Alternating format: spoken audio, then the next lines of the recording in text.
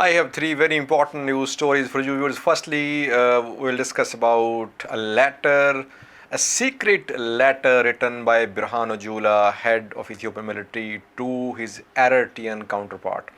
Secondly, we'll talk about a UN call for investigation into alleged use of chemical weapons into Tigray. Lastly, we will talk about Ethiopian dam. Sudan is claiming that Ethiopia has started the second filling of GERD. Egypt is also making similar claims. Has Ethiopia started the second filling of the dam or not? Three very important news stories. Firstly, viewers, Bloomberg is claiming that Birhanu Jula, head of Ethiopian military, has requested his Eritrean counterparts to withdraw Eritrean troops from Tigray. Bloomberg says that a signed secret letter has been sent from Birhanu Jula to Eritrean officials. Bloomberg says that two persons familiar with this development have disclosed that the letter has been written, and Birhanu Jula, Ethiopian military chief, is calling for the withdrawal of Eritrean forces, complete withdrawal of Eritrean forces from Tigray. Viewers, in March, Prime Minister of Ethiopia, Abiy Ahmed, had claimed that Eritrean troops would start leaving Tigray. Since March, we haven't seen any withdrawal so far. Why is that? Are Ethiopian and Eritrean militaries on the same page about the presence of Eritrean forces in Tigray?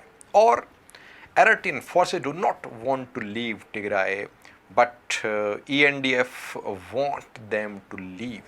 Two important questions.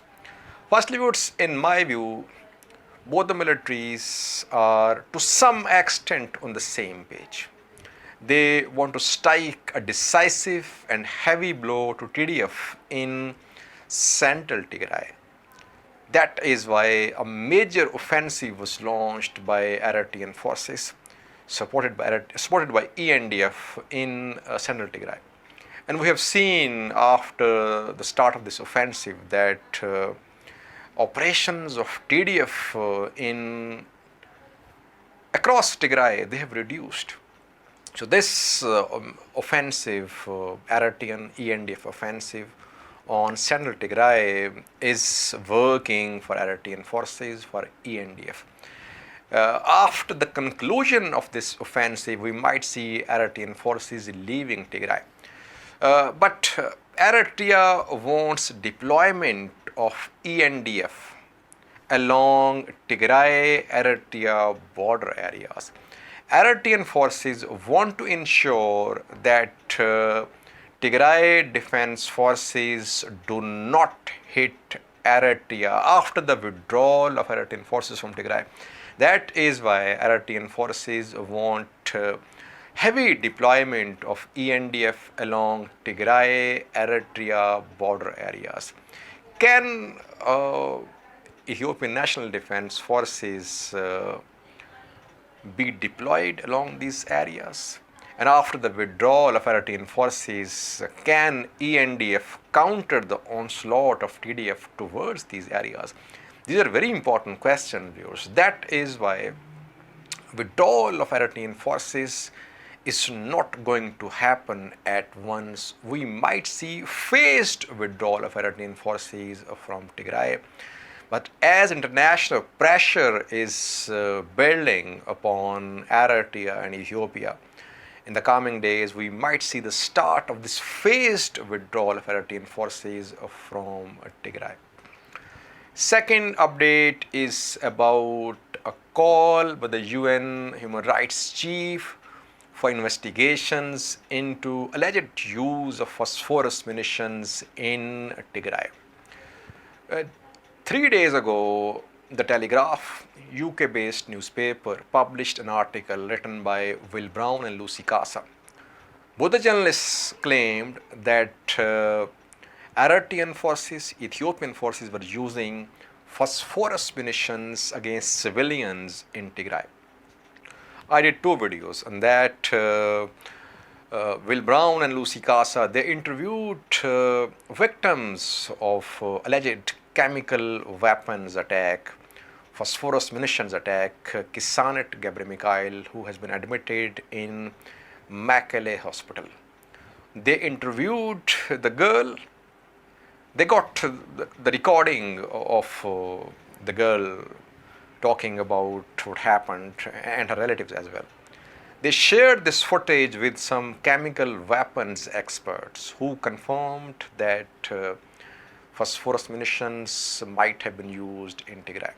So there hasn't been any confirmation from an expert on ground in Tigray so far. Only footage of victims has been shared by Will Brown and by Lucy Casa with some chemical weapons experts. So there must be some sort of investigation into these accusations. Weapons experts, chemical weapons experts must visit the place where this attack occurred, and they must meet the victims. After that, we can confirm whether phosphorus munitions have been used in Tigray or not. If Daily Telegraph's article about alleged use of phosphorus munitions in Tigray is not based on facts, Ethiopian government must offer independent international investigation into these allegations. It remains to be seen what is going to happen. Will Ethiopian government agree for a free and fair international investigation into these allegations or not?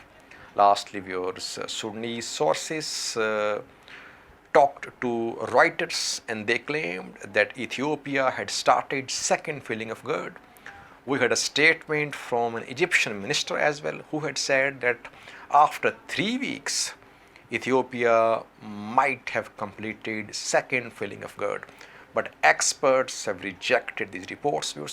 Experts say that before starting the second filling of GERD, Ethiopia must construct central block of this structure, which is 30 meters high, 210 meters wide, and 50 meters deep.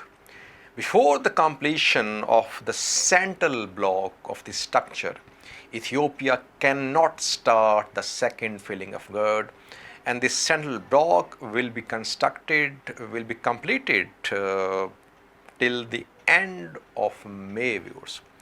So Ethiopia cannot start the second filling now. All the Sudanese claims, Egyptian claims, they are not based on facts.